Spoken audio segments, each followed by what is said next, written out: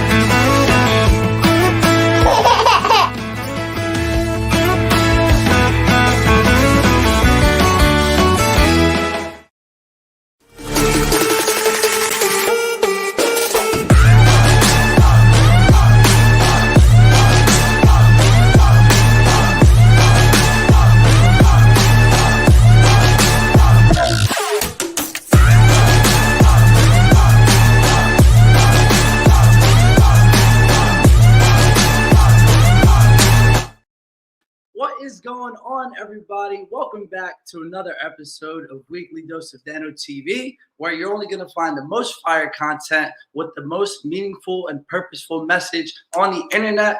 Welcome back to another episode. As you can hear, hopefully you can hear, hopefully I don't always sound like this. My voice is going a little hoarse for today, so we're going to have to, I was waking up this morning, and I said, wow, I really can't speak, but I know Dan Deevy was coming on the show, and I knew that the show had to roll. So I'm doing this for you guys, and every second I'm spending here with you guys, it just makes my voice come back better and better. There are just a little bit of remedies that I would like to share with you, just in case, the weather is changing, and, we're all going back to wintertime, which I can't absolutely stand.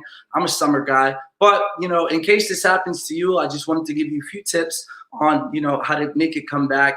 This actually happened within one day. So it's been coming back. It's not 100%, but hey, a little bit is better than nothing. So I use Dan Deevy. Actually, we were talking in the green room. He told me hot tea or hot beverages would work. I actually have cold water here. Honey is definitely another big thing. I use acidophilus. I know you guys probably don't even know what that is. It's just an all natural, like a probiotic that you use. So if you feel like a cold coming on, or you feel that you're about to get sick, make sure that you take acidophilus. That is the truth. I'm telling you, it's the truth. I put my name on it. I put Weekly Dose on it. That if it doesn't make you feel better, then hey, you can come see me in person. You can come let me have it. But those are some of the things that I wanted to share with you as far as, the weather changing, and if you're starting to feel sick or anything like that, make sure that you always take care of your body. Dan Deevy already has people in here that are they're going to be blowing it up. I already know it. So thank you, everybody, for tuning in. Denise, Lou, Heather. I remember Heather, actually. She was on the game night. What was it? Quiplash, I believe it was. So Dan Deevy has he has a plethora of activities and opportunities and all these great things that you're doing. So Dan, I just want to tell you, thank you for accepting this position for today. And I want to talk to you guys about a few more things. Has anybody, this is the first time that I'm going to be talking about this, but music. Has anybody heard the new album Donda by Kanye West? I personally enjoyed it. And that's one of the things, this is actually a new subject that we're talking about on the show, but I actually enjoyed it. My playlist, I'll let you guys know, ranges from anything. It can range from rap to rock and roll to alternative to country, just by the next swipe. I use Spotify, so I really enjoy it. Well, let's see what we're doing here. All right, we're all caught up. All right, sorry about the lag. So yeah, I use Spotify, and that's how I'm able to find so much music, so many different types of genres, so many different artists. But let me know what you think about it. If you have listened to the album, I think it's a great album. And also, let's talk about these floods. If you're in an area that you got affected by the flood, please be safe out there. Who knows? I know Hurricane Ida is a huge topic nowadays because obviously it just happened this week. So I just hope everybody's staying safe out there. And if you have any pictures that you want to drop in the chat or any comments about, you know, the hurricanes or the floods or the tornadoes, it's all so crazy. It's all so crazy. But when we come here, we're with a group and a community of people that like to come together to generate all this positive energy so that when we go into the weekend, we can just exponentially grow that because we can start to live our lives. All right, so that's all I wanted to talk to you about for today. I was gonna bring about the, you know, how we always do the life's little instruct. You know what? Let's do it. Why not? Let's do it. We're gonna call an audible on this for all my football fans out there. So here it is. We always, as I always do, I always flip to a random page. I usually do it while the commercials are playing, but now we're just gonna do it live while we're on the show. And here it is. This is for whoever needs to hear it. Number 55. Stop blaming others. Take responsibility for every area of your life. If you can't read it, I'm going to read it again for you guys. And there goes my voice. Number 55, stop blaming others. Take responsibility for every area of your life. Self-accountability is probably the number one thing that I would suggest in order to change, if you want to change your life in the positive direction or live the dream that you want to dream. Yeah, my voice is going nuts today, but we're still going to fight through it. So yeah, self-accountability is I would say, the quickest way to change your life. When you're very honest with yourself and you know what you need to work on, don't worry about something being perfect. Just take that first step and be honest with yourself and say, okay, you know, I could be hitting the gym more, or my diet could be a little bit better, or I could spend a little bit more time with personal development. Once you have that first step with personal accountability and not blaming others. Oh, there's a McDonald's down the road and they sell burgers for $1, so I'm going to blame them because they're the ones who's providing the product. No, you don't have to go there. Why don't you go to the grocery store, take a few minutes, take an hour, and change your diet. So always take responsibility for your actions because nobody cares more about your life than you do, and nobody's going to step in and be Superman and save the day for you. So make sure that you're always worried about that. And I'm so glad you dropped this in the chat. Thank you, Jeanette. I want to give a huge shout out to my positivity posse. So if you want to be part of the positivity posse and you're here and you're watching this live right now, drop a positivity posse in the chat. And all right, well, there's the focus again. There's the positivity posse. I'm just so grateful for you guys. Thank you every week for coming in, dropping it in the comments, always blowing up the comments. And when I tell you guys that we are in for a very special treat for today, we have Dan Deevy in the building for today. I'm just going to bring him on, and everything that you need to know, you can just tell from the first 5 seconds of interacting with him. So let's bring Dan. Dan, stop working on the GAAAYS in Space next event. It's time to get on the show.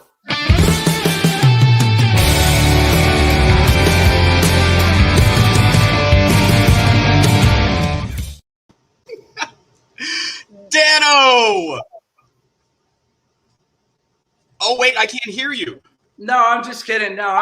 Yeah, I used that to my advantage, that voice for today. Oh, man, right out of the gate, you got me. Well done. Well done. And let me just begin by saying, puberty is a beautiful thing. As soon as your voice stops cracking, you're going to sound like a real man. So it will be worth it, my friend. So you're on the way. You're on your way. I love that, man. And Dan, on a serious note, man, thank you so much for being here. I know you have so much on your plate at the moment. I believe next week, are you hosting another event? Yes, in fact, next week, you and I are both hosting an event together. Next week, we are going to Creation Entertainment Sci-Fi Summit in Edison, New Jersey, where they are bringing together actors from all different sci-fi shows. A ton of Star Trek actors will be there, like William Shatner will be there, Nana Visitor, tons and tons of Star Trek actors. Also, actors from The Flash, actors from The Expanse, Stephen Strait, who if anyone watching this now doesn't know who I'm talking about, I'm going to need you to stop right now and Google this, or just go to IMDb. Stephen Strait, Strait.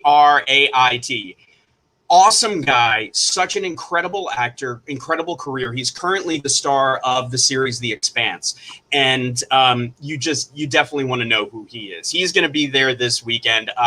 One of the actors from The Mandalorian, from Star Wars, and Gays in Space will be there. We're going to have our table set up with our Rainbow Tribble booth, so people can take photos in the Rainbow Tribble booth. And we will also be hosting on Friday night. The final big event of the convention for Friday night is going to be Trekkie Feud, hosted by yours truly, controlled by you, Dano. Good luck on that. So it's going to be a really, really great time. Really looking forward to it. Awesome. And I think we have another set of group of people that I don't think you mentioned. The crew of USS Aaron Eisenberg will also be there. So I can't wait to see you, John. I can't wait to see you in person. And thank you for tuning into the show for today. Now, Dan, you know, this event sounds so amazing and it sounds really great. What number event is this going to be for you? Wow, that's a really good question. Counting virtual events now, because when quarantine happened, when COVID hit, Gays in Space had to switch, obviously, from all, in real life events to virtual events. And we ended up doing quite a few of those. But we are it's well over 100 at this point. Might even be close to 200 now. From when we first started, our first event was in August of 2016. And I don't know if, I think I told you this story. It was supposed to be one party. This whole thing, everything that has come up around it, it began as one event that I wanted to throw just because I thought the fact that after 50 plus years, there were finally gay characters in Star Trek, that it was something worth celebrating, worth commemorating. And not, some people have asked, yeah, but George Takei, he's super gay. And yes, he is. And we love him for that. In fact, we call him Uncle George. We love Uncle George. But he was in the closet when he was on the show, and his character was straight. So on screen, you would watch this futuristic view of humanity where finally racism gone, sexism gone, greed, all of the things that plague our lives today were eliminated. In 1969, when Star Trek first went on air, Nichelle Nichols was playing she is a black woman officer on the bridge of the Starship Enterprise, and working alongside, every other different, part of the rainbow was there, and everyone was working together, and we didn't see all of the divisions that we see in our society today, except for the gays. Yeah. There were no gays. Anywhere you looked, and the practical reason for that is that Gene Roddenberry, the creator of Star Trek, had to fight so hard for the inclusion of every minority group. To levels that, today people would think really over that? TV stations throughout the South canceled Star Trek for the episode where Kirk kisses Uhura.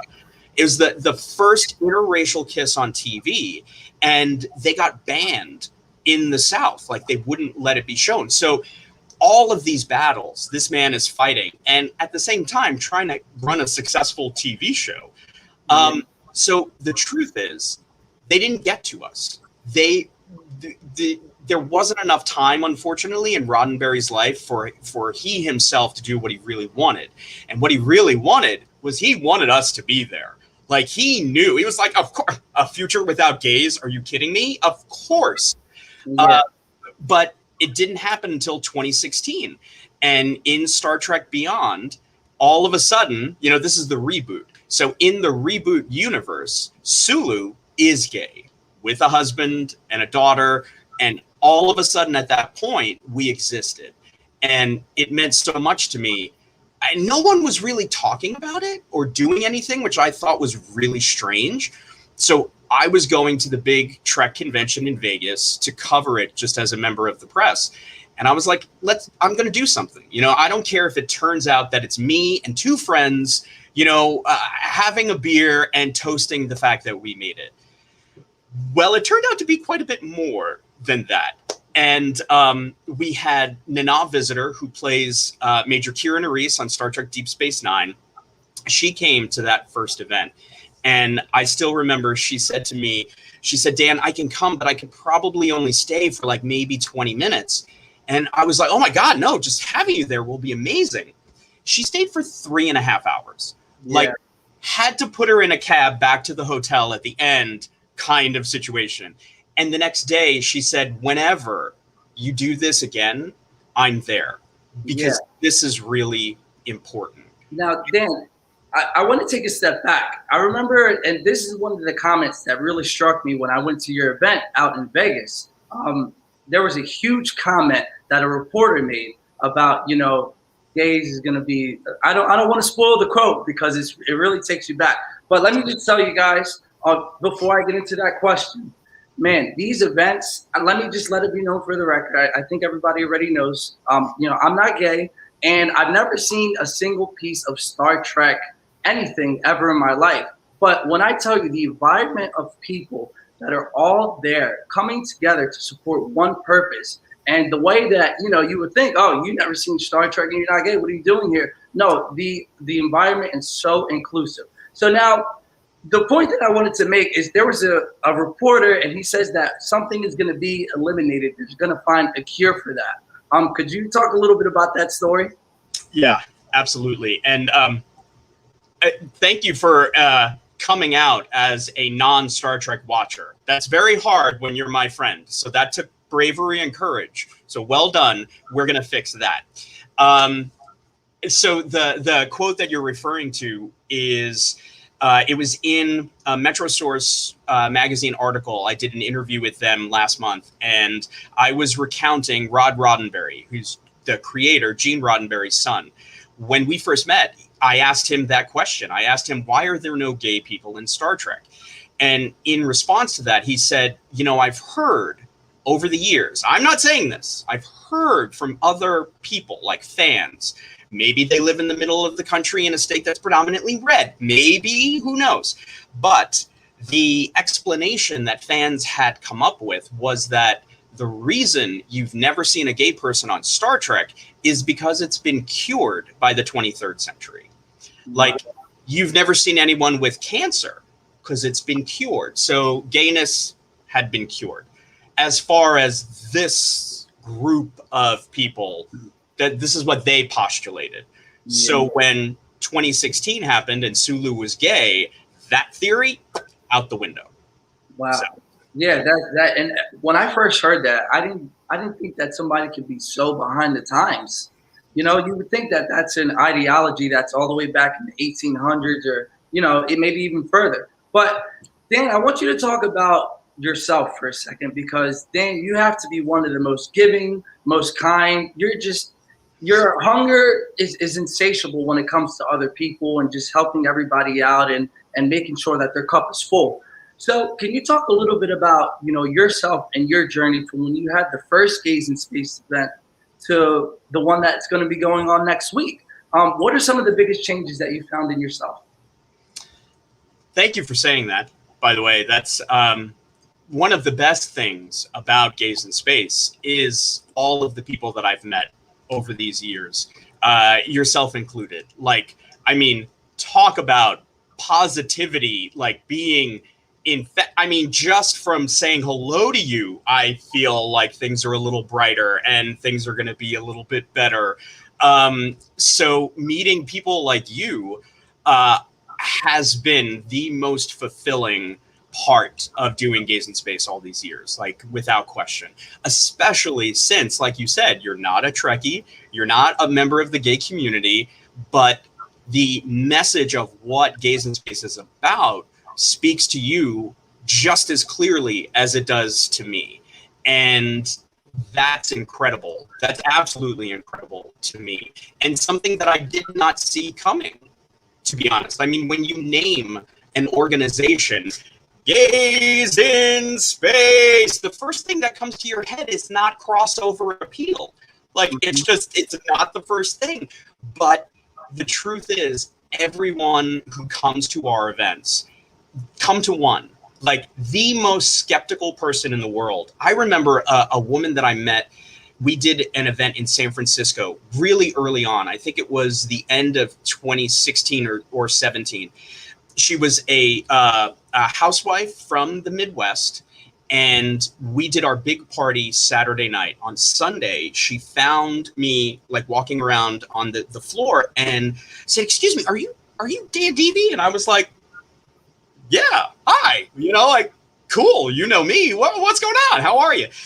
And she said, "I'm so sorry, I really wanted to come to the event last night, but I didn't." I was like, "Oh, no, it's okay, it's cool." She was like, No, I didn't, because I didn't think I could, because, where I come from, my upbringing, I have to be, and initially people are always very like, "Ooh, God, how do I say this without being offensive?" And I just let them know, like, words don't scare me. Like, tell me what you want to tell me. And so she said, "Look, where I come from, being gay is wrong.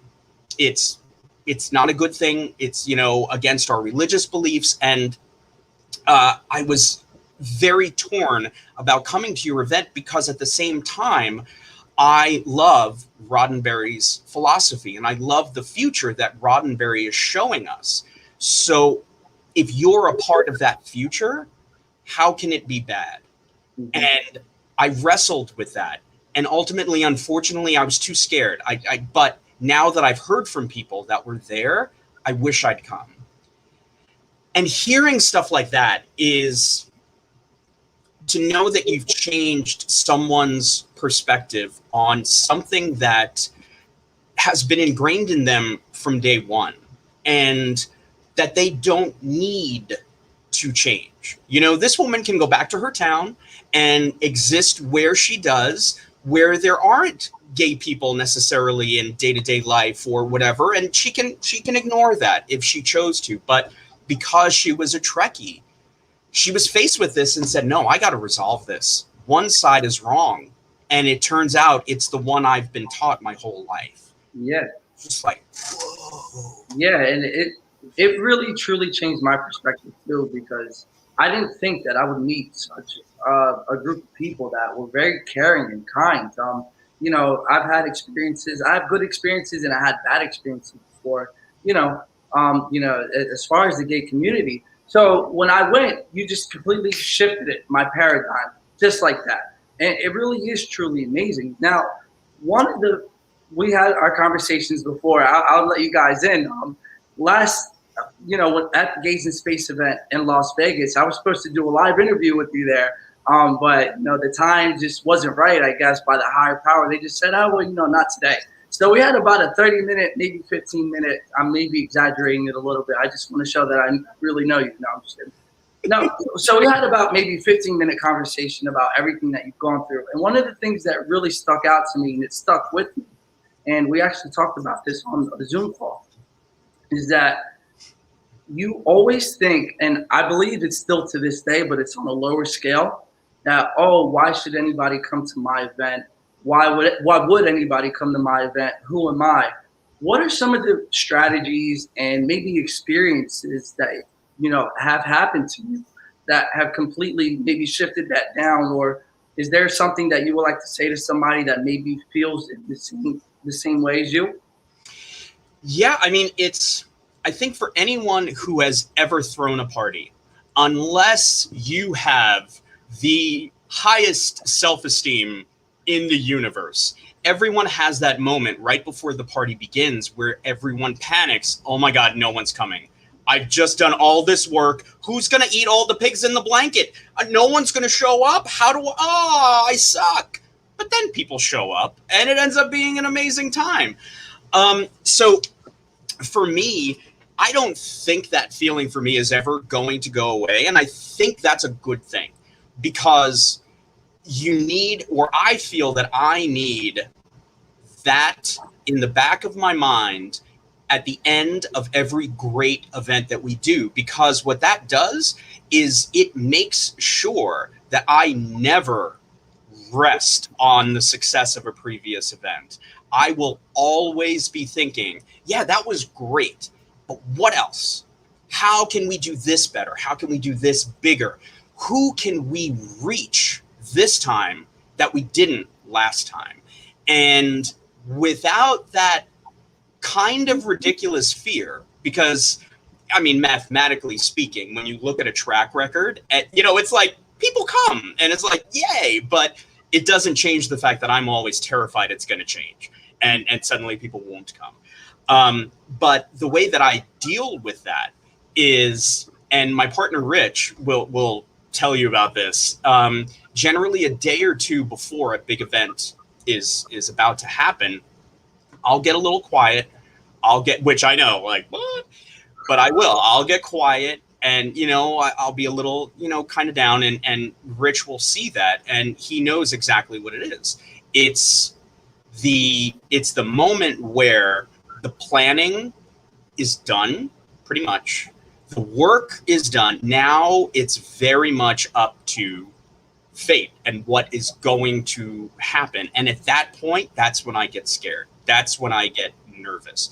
And when he sees that, it's like clockwork. It's, hey, babe, so let's watch blah, blah, blah, blah. Let's da, da, da, da. So if you have people in your life that can do that for you, and you ever feel that trepidation before, or that fear of failure being imminent, if you have someone in your life that can pull you out of that, that's the only way I've ever been able to deal with it and to kind of make peace. Because especially after a while, they're like, would you come on with the whining? It's going to be great. Like, enough. So that's the advice that I would have. Lean on the people who love you and who know you, and they'll get it, and it'll make you feel a whole lot better. Yeah, 100%. And I really do value that too, because sometimes it is hard to pull ourselves out of those hard places. And when you have, because we're inside of the video game, or let's just say we're inside of the smoke and mirrors. So when you have somebody that's looking at you, let's just say it's very, eagle-eye view or a third-person perspective, and you're just like, all right, come on, let's go. It's time to get out of that silly frame of thinking, and it's time to go. So right now, we're in the middle of the program already. It's flying by. We're in the middle of the program, so I just have to play a few words from our sponsors and just a few of their products and services. Thank you for the sponsors for the content that I'm about to play right now. And in the meantime, I'm gonna go grab some honey for my throat, and I'm gonna go grab some throat spray. So I'll be right back. Don't go anywhere. Make sure that you're sharing this amazing content. And when we come back, we're gonna talk about Dan Deevy and everything. You know what? You just gotta come back to see. Don't go nowhere.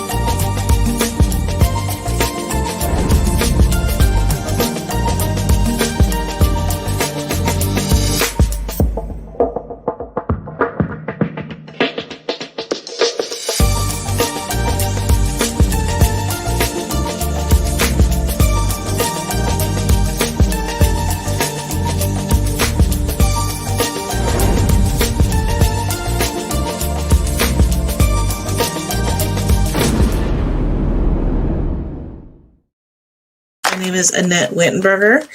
I am the founder of A Wild Ride Called Life, and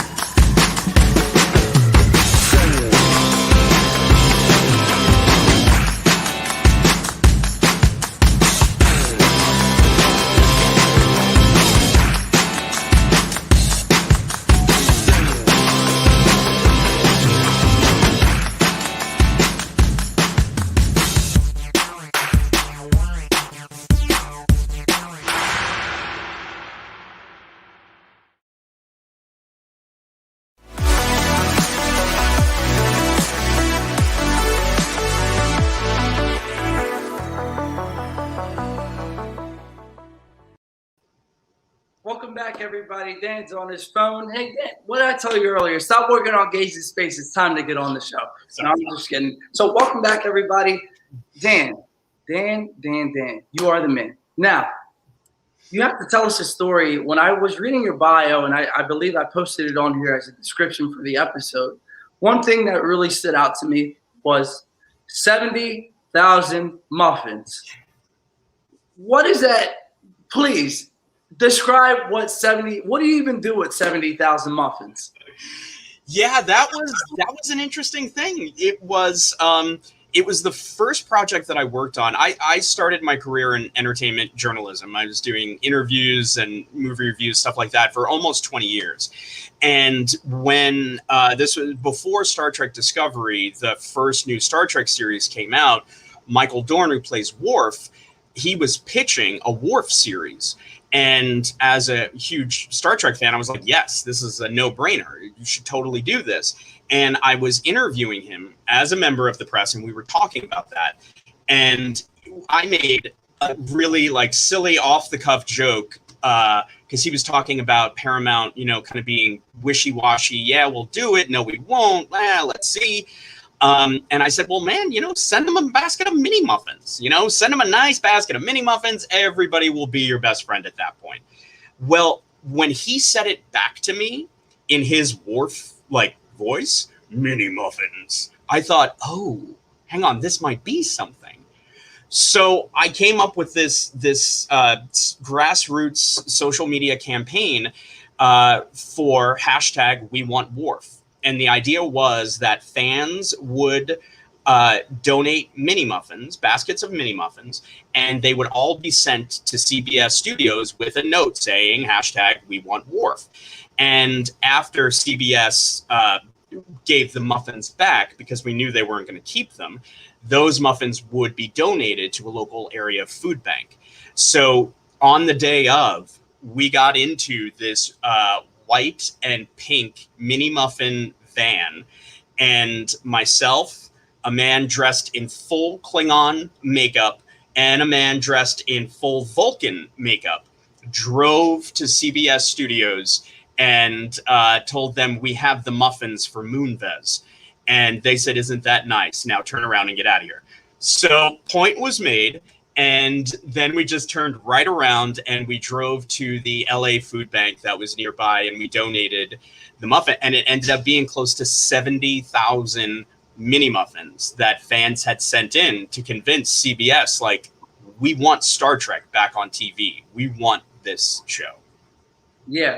Now, a big thing that really speaks to me is you said, oh, well, he just said, we want, I don't know if we want Morph or we want muffins. I forgot which one it was. But when you just, yeah, so when you said, he said it in the funny voice to you, and you said, wow, that really stuck.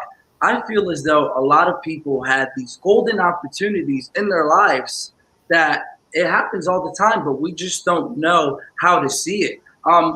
What do you have any advice for anybody watching this right now to really open up their perspective and to really be aware of maybe things that they're not really aware of on a day-to-day basis? And how can they turn that into an advantage for them? Yeah, I mean, there's really only one difference between a passing idea and something that can change the world, and that's follow through. You know, like anyone who says, "Oh God, Facebook, pfft, I had that idea." It's like, well, then you should have made Facebook. You know, or like Uber. Oh, I've been saying we should have made Uber. You know, it's like, well, that's fantastic, but you didn't do the work. You didn't actually develop the idea. You didn't make it something. And if you're someone who, you know, and like you said, I think everyone has incredible ideas on a daily basis, but most people don't stick with it. They don't sit with it long enough, I think, or maybe they don't initially value it as much as they should, to commit the time and the resources to bringing something to fruition. So I would say the first thing is you have to know that if an idea is coming from you, it's worth it. It's worth your attention. It's worth something. Now, how many other people in the world are going to agree? Who knows? But I can speak from personal experience. The stuff that I've worked on that has been super successful, and the stuff that I've worked on that I only did it because I wanted it to hang on my wall for me, they're equally rewarding, you know? And if you have an idea and you choose not to go forward with it, cool. When that idea eventually becomes a thing, you can't complain. Like, you're just not allowed because you didn't do the work. If you put in the work, then you reap the benefits and you potentially change the world. So yeah, that's my thoughts on that. Yeah, I love that. Now, for our next, little topic segment, whatever you want to call it, I want to show a few pictures on the screen. I want you to really, let's see, is that going to work? I think this will work. Whatever. If it doesn't work, then we'll try it. I want you to talk about the picture that you're about to see on the screen and what it means to you. Okay. All right. Hopefully everybody can see that. So what's going on right here? I think somebody put right here, Heather, decided to spill the beans for everybody too. Beyonce, you got engaged in Vegas. Congratulations. Amazing. Thank you. Yes, that was certainly, for me, that was the big topper of the week, because, the only reason Rich and I know each other is because of GAAAYS in Space. And GAAAYS in Space was born in Las Vegas during the big Star Trek convention. So it seemed only appropriate that, 5 years later, when GAAAYS in Space had really kind of brought me the love of my life, and kind of people often say, oh, I can't meet anybody. How do I find anybody? It's like, I'm not saying everyone needs to build an organization and then hopefully years later it will deliver upon you your love. But that's what GAAAYS in Space did for me. And I felt like there was no other place where I could have proposed to Rich and have it outwardly show a close approximation of what it really meant to me to be able to do it on the inside. So, yeah. If you can see right there, that is face of pure emotion, and I absolutely love it. That is congratulations to you too as well. I'm sending you the best of energies for everything that you have planned going forward. Thank you. Oh, wait. And did you see? Can you pull that back up again? Yeah, I got you right now. Okay. All right. 3. Don't put me on the timer, please. All right. Here we go. Okay. So now, talking about two of my favorite things in this photo. Look at the DJ in the background. Look at his face. He's like, "Is this shit happening?" And then look at Nathan on screen right as he's. I mean, it's just like the joy and the excitement that our engagement in that venue provided everyone else was just like, holy cow, this is so great. So great. Yeah, I agree. You have 4 different emotions right there. You have surprise. You have, I guess, Sonora was trying to make Rich her man. She looks like she's been betrayed. You got you, or tears of joy right there. and you got pure excitement. So, I mean, that picture has it all. So, Yeah. really, really, congratulations to the two of you. I know that is not something that's easy to do, even, you know, whether you're gay, whether you're straight, and everything in between, or everywhere around, not in between, because those aren't, you know, the end-all be-alls. But really, congratulations to you guys. Now, there was a big story, and I remember you were giving me kind of one-on-one advice on how to tackle the world. And a big piece of advice that you said was to always remain humble.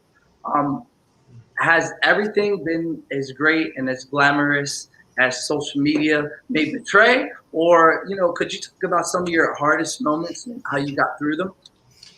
Yeah, absolutely. Social media is not, has never been, and never will be, in my opinion, any type of accurate representation of a person's emotional state and what people are doing in their lives. It's, you know, at its best, social media is able to capture the greatest moments that people experience.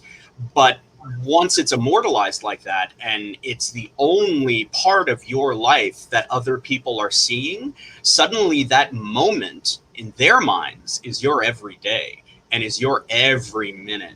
And it's just, you know, it's not true. Life is hard. I mean, especially right now, God, with everything that the world is facing, you know, a worldwide pandemic, the world itself is dying, and it's just horrible things are happening. So if anyone is super happy all the time, I gotta ask you, like, what it is you're drinking, what, you know, what, like, because that's just not possible. But again, I do think that, again, social media will capture the best moments. And the point of Gays in Space is to present the best to the world, is to present the moments where the adversities that we have all faced our entire lives are forgotten. They're overcome. They, you know, Gays in Space is meant to be a place where all of that falls away. You're very much aware of why we're doing Gays in Space, and we're doing it because generations and generations of people went through horrific, inhumane things simply because of who they were. And that can never be forgotten. It can never be understated. And I don't think it can ever fully be understood by anyone who hasn't been through it. But I do think that the process of trying to understand, of trying to imagine what things would have been like had you been born in a different time, had you been born a different you, what you would have had to have dealt with. Because in that process, you're going to discover you are so much more like the guy next to you that you think you have nothing in common with.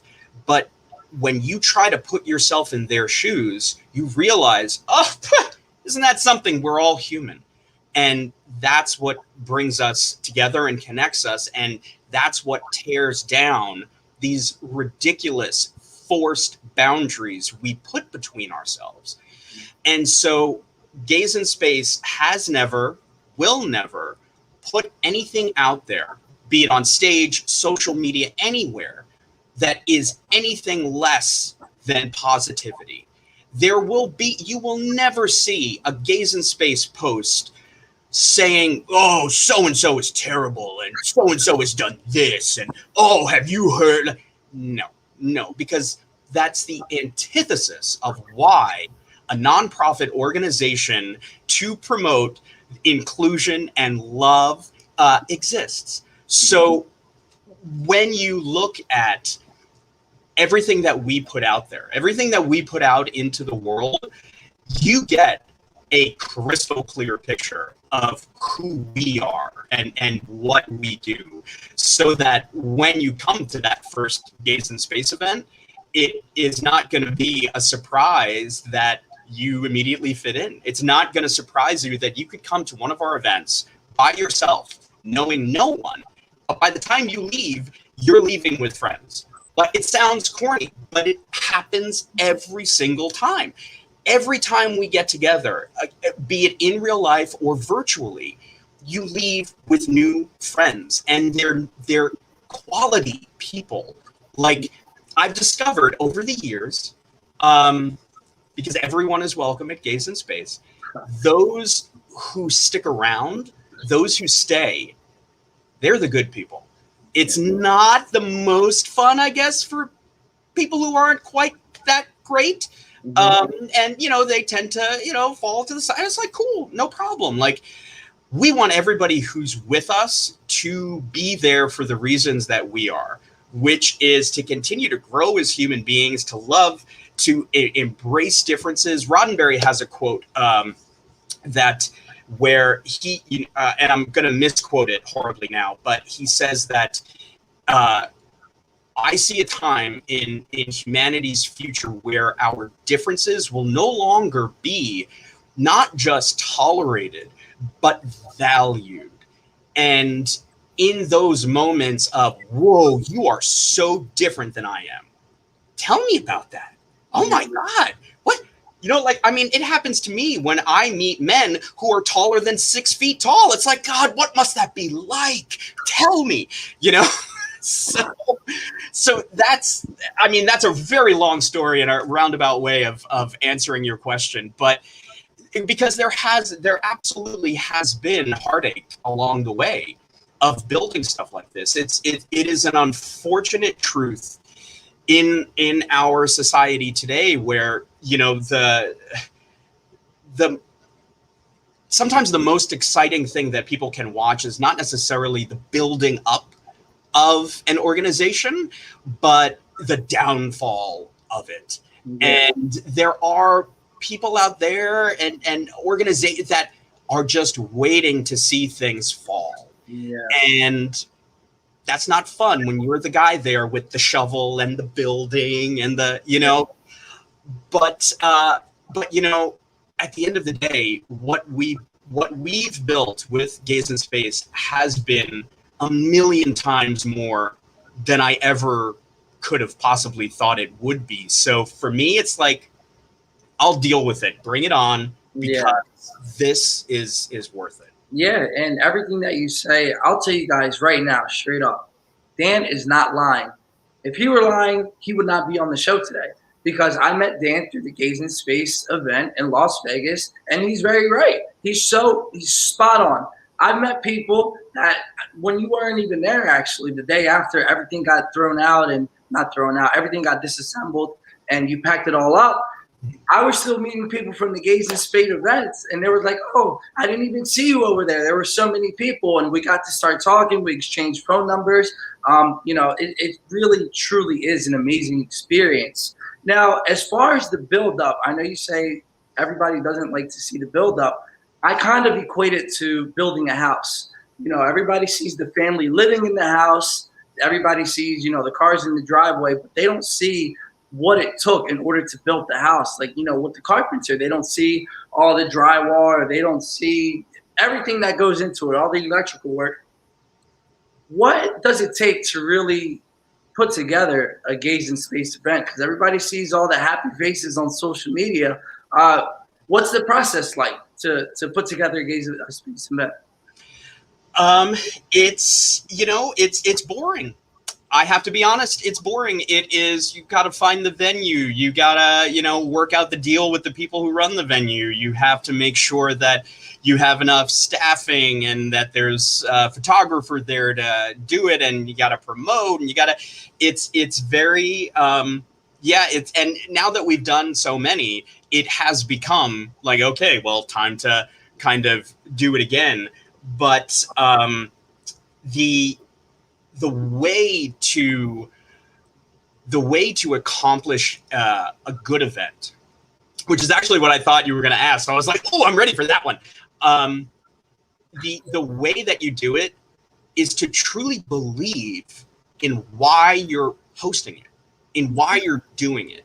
And I've seen, everyone has seen this. You've seen events where you'll go in and it could be like something that you loved, like it could be like a Harry Potter thing, And as a fan, you're like, oh my God, I can't wait to go to this event. And it is dry. There's nothing really happening. And you know that event has been planned by somebody who doesn't actually care about Harry Potter. Yeah. And you can feel that. And as a result, event not going to be so successful.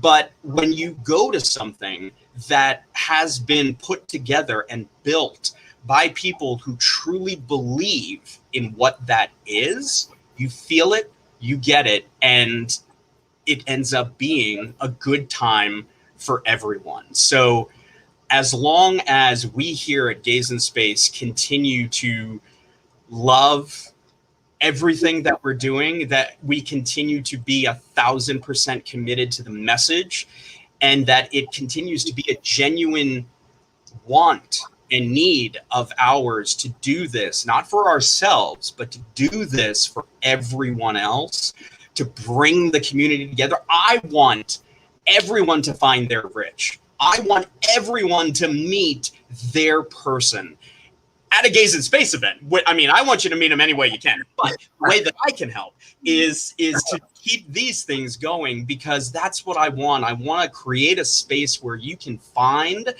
those people who are your people, because the scariest thing for me in life is loneliness. And before I had Gays in Space, I didn't have a way to find people who truly got me and who truly understood me. And now I do. And it's the greatest feeling in the world. So that's what I want to keep doing and putting out there for other people to be able to find their friends and find their chosen family. So yeah. It truly is. And there was a comment, Denise. I just want to let you know, Denise was on the show before too, in the very early stages. One of the, not really a guinea pig, but one of the test subjects of the show. And you say, yeah, it sounds like an awesome event. I can vouch for it 1,000,000%. It really, truly is a once in a lifetime experience. Just for people to come together and just feel so included. You know, if you go, let's say, to a sports game, you know, you have the two different sides. You have people on one team and people on the other team. And how do they act? They go at each other. Oh, your team sucks. Or, you know, the words start going back and forth. Not at all. With this, everybody, hey, you know, you support that? Hey, you know what? I'm going to go and I'm going to support it too. So it really is ultra inclusive. So I really say you're doing a great job with building a community of people that do that. Now, another thing too that you just said, I love that you said it, and thank you so much for this compliment. I don't even think you know that you complimented me, is when you said, hey, you know, I wasn't really ready for that question. On Weekly Dose of Dano, we don't do that here. We're kind of like, you know, let's say you went through the winter season and now you want to open up the pool. It's summertime. And when you lift off that, you know, the pool cover, it's all dirty and slimy. And that's where all the, you know, that's where all the good stuff is. That's what we want to talk about. Because not everybody gets to see other people's transparency and how to get them out of that sticky situation that they might be in. So we have a question here from a fan, Jeanette Ramos. What advice would you give to someone who wants to follow in your footsteps? What challenges will this person have to endure in this field of career? I would say that I had, do you guys remember those inspirational posters that were big for a little while in like college dorm rooms? I had one small one that was a photo of the woods after a huge snowstorm. And the caption was, don't follow the path in front of you. Instead, go and create your own. And the photo was someone who had walked this way and then a clear on the other side. And to me, that, I mean, I had no choice. Like, it's just in me to do stuff that I kind of see and want to create. And it would have been extremely difficult, if not impossible, for me to have done like a regular, quote unquote, job, like a 9-to-5, or my family was desperate for me to become a lawyer. And I was like, sorry, it can't happen. The process of figuring it out for yourself, I think, is one of the most illuminating experiences anyone can have, because it all ends up falling to you. And you can never say you've gone the wrong way, because it's your path. and you're setting those first footprints. So I would say if anyone wanted to do something similar to what I've done, I would say be prepared for the fact that what you kind of need in life or want in life, creature comforts, things of that nature, if you decide to create your own thing, whatever it is, it's like it's your baby, and your baby gets everything before you even get a teeny tiny little crumb. So, I mean, like you see the Gays in Space t-shirt, I think currently I own maybe 3 shirts that are not Gays in Space branded t-shirts, because, as a nonprofit, every dollar that comes in goes back out into creating the events and the merch and all the stuff. So, I mean, fortunately, I'm marrying up with Rich, and we're able to live thanks to his salary. But I've never, I haven't been on a vacation or a trip for a reason other than work in like 2 decades. But that's okay with me, because I get to look at my baby. I get to see my baby, and every time, they take another step, or it's so worth it. So I would say if that's what you want to do with your life, if you have something in your mind and you're saying to yourself, I need to create this and make this happen, do it. But remember, baby comes first. Yeah, 100%. So everybody, we're in the last few minutes of the show. It really flew by like this. This was an hour. It really, truly amazing. So you can always follow Gays in Space. Any reason that you chose 3 A's in each of the Gays in the Space work? Yes, actually, believe it or not, because originally the idea, it was just kind of random. And this is part of the follow through I was talking about, like great idea. And then there's follow through. And on the follow through, I thought, okay, if we kept it with 1A and 1A, boring, nothing cool. And we wanted it to remind people of the Pigs in Space theme from the Muppet Show. And the only way that would happen is with multiple. So we tried 4 A's and 4 A's, and it was just, I mean, our signs would have been like, it would have been cost prohibitive to have gone with that. And 2 A's made it look like a typo. So 3 became the winner. It had to be 3 and 3. All right. And what can people expect at this event next week when they go to see you and when they go to see the Gays in Space event? What should they be looking forward to? They can expect to see you right there with me, and they can look forward to that. We are going at our booth. We're going to have our Rainbow Tribble booth set up so people can take photos in the Rainbow Tribble booth. We are going to be, this is a little kind of inside, and I don't know if I should say it, but I'm going to. We are working on a documentary about Gays in Space and the journey and everything that's been happening. So moving forward, we will have a documentarian with us everywhere we go, and asking people if they'd like to share their experiences, share their stories, to be included in that. So that's something that will be there. And Friday night at 7 p.m., the big finale event of the convention for Friday night will be Trekkie Feud. And for those of you who, I mean, I'm sure everyone has seen Family Feud. It's Family Feud except Star Trek themed, with 2 Star Trek celebrity team captains, 5 team members on each team that are fans, and me channeling the clearly omnipresent 70s game show host that lives inside of me and is always dying to come out. So that is the event of the weekend. I would say don't miss. Awesome. So I hope to see everybody there. So just in case, if you're hungry for the Gays in Space event in person, I will be the appetizer. Dan Deevy is the main course, the 5-star meal. And I just hope to see everybody there. So I just want to say to everybody watching right now, thank you so much for tuning in. Dan, thank you so much for accepting this position to be on the show and to be so transparent about what it really takes to be a Dan Deevy, because you truly are one in a billion. So thank you, everybody. Come back next week to find out some more of this amazing content. And my voice will be 100% better. I can guarantee it. So I hope you guys all have a great weekend. I'll see you guys, on Friday. Or sorry, what was the date? It's the for next Friday, what is it? The 10th? The 10th. The 10th. All right, I'll see you guys next week, Friday the 10th. What's that? Yeah, September 10th. So have a great weekend, everybody. I'll see you next week. Take it easy.